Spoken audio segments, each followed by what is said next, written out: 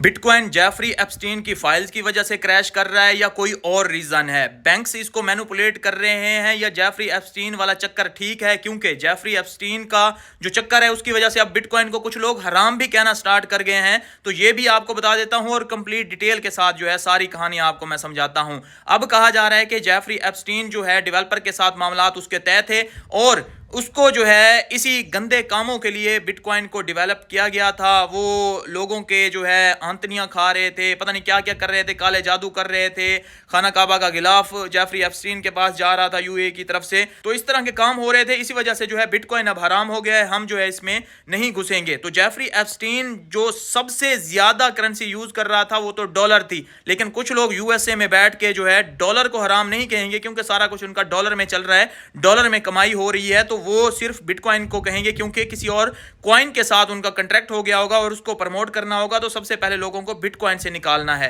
तो ये रीजन हो सकती है। उसके बाद अगर मैं आपको रियलिटी बताऊं, जो रियलिटी चेक है, तो जेफरी एप्स्टीन वाली जस्ट एक साइड आपको दिखाई जा रही है। बाकी आप देखिए 15 जनवरी को जो क्लैरिटी एक्ट आने जा रहा था बिटकॉइन का, उसको कॉइन बेस ने ट्रंप को फंडिंग भी की, लेकिन उसके बावजूद भी जेपी मॉर्गन जैसे बैंक्स इतने ज्यादा ताकतवर हैं कि उन्होंने जो है इसको रुकवा दिया और डिले करवा दिया।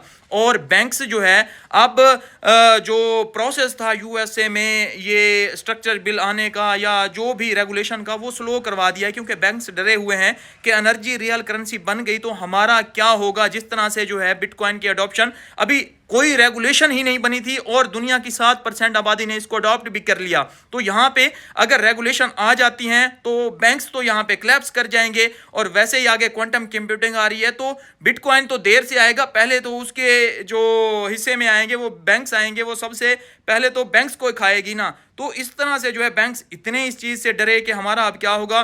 पहले भी आप देखें ना, जेपी मॉर्गन जैसे बैंक जो है 920 मिलियन डॉलर की पेनल्टी 2025 में खा चुके हैं कि उन्होंने मेटल्स को जो है मैनिपुलेट किया था। और अभी भी सिल्वर को देखें, उन्होंने मैनिपुलेट इतना किया है कि पेपर पे सिल्वर है वो जो है इतना ज्यादा क्रैश किया हुआ है, और जो फिजिकल सिल्वर है उसकी प्राइस डिफरेंट है। और बिटकॉइन में ऐसा नहीं है, कोई फिजिकल वजूद ही नहीं है, तो उसकी प्राइस में क्या वो डिफरेंस लाएंगे, उसको क्या ही मैनिपुलेट करेंगे कि पेपर पे गिरा देते हैं, हम शॉर्ट कर देते हैं और उधर से जो है चाहे महंगा मिलता भी रहे, हर कंट्री में डिफरेंट प्राइस भी मिल रही हो। बिटकॉइन की प्राइस आपको दुनिया के किसी भी कोने में चले जाएं एक ही मिलेगी और वो डिजिटल मिलेगी, कोई फिजिकल आपने नहीं करना। अब अगर जो है ये चीज आप समझ सकते हैं कि एमआईटी को जो है फंडिंग कर रहा था जेफरी एप्स्टीन, तो वो जो है बिटकॉइन की डेवलपमेंट या इसके लिए कर रहा था, वो वहां से बच्चियां उठाने के लिए कर रहा था भाई साहब, वो इसके लिए नहीं कर रहा था। तो अगर गोल्ड को कोई स्मगलिंग में यूज कर रहा है तो वो गोल्ड हराम हो जाएगा। गोल्ड तो हराम नहीं होगा ना, वो बंदा हराम होगा, उसको आप बाइकआउट कीजिए, उसके बारे में बात कीजिए। आप एसेट को कैसे हराम कह सकते हैं? बस लोगों का माइंड इतना है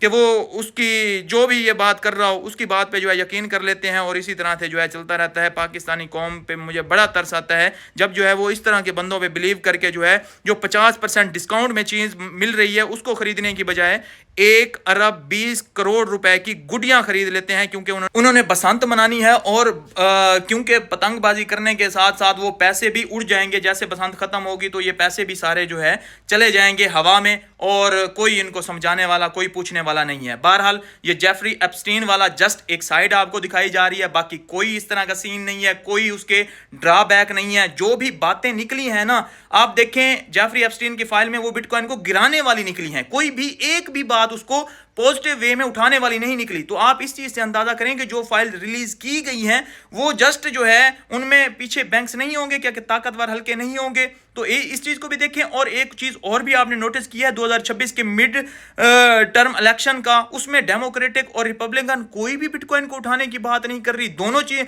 पार्टियां जो है इतने बड़े एसेट को इग्नोर कर रही हैं जो कि यूएसए के रिटेलर भी जिसको होल्ड करते हैं, कोई भी बड़ी कंपनीज के बारे में बात नहीं कर रही, सारे इसको क्रैश करवा रहे हैं। तो क्या किसी को बिटकॉइन सस्ते में चाहिए और वो आपसे सस्ते में ले रहा है और आप उसको बेचे जा रहे हैं सस्ते में, या कोई और चक्कर है? ये भी मुझे कमेंट सेक्शन में बताइएगा। बहरहाल मेरा ओपिनियन यही है कि बैंक्स इसके पीछे हैं और बैंक्स ही सारा कुछ मैनिपुलेट करवा रहे हैं। कोई जेफरी एप्स्टीन वाला जस्ट एक साइड है जो आपको दिखाई जा रही है, फंड फैलाया जा रहा है कि बिटकॉइन सेल कर सकती है इथेरियम को और माइकल सेलर जो है बैंकरप्ट हो सकता है, सारे जो है फंड फैलाया जा रहा है। इसके रियल रीजन यही है कि बैंक्स नहीं चाहते कि बिटकॉइन जो है आगे बढ़े, क्योंकि energy real currency Elon Musk के मुंह से निकल गया है। तो अब इस चीज को रोकना है कि एनर्जी को रियल करेंसी नहीं बनने देना, जस्ट यही पेपर करेंसी चलती रहे और हम लोगों को ऐसे ही मैनिपुलेट करते रहें। और अगर हम पे पेनल्टी लग भी जाती है कोई $1 मिलियन की, तो हम जो है वो पे कर देंगे और उससे ज्यादा तो हम इन रिटेलर से जो है निकाल ही लेते हैं। इनको क्या पता चलता है, ये तो बेचारे हैं, इनका तो कॉमन सेंस है ही नहीं, उनका दिमाग तो काम करता ही नहीं है। ये तो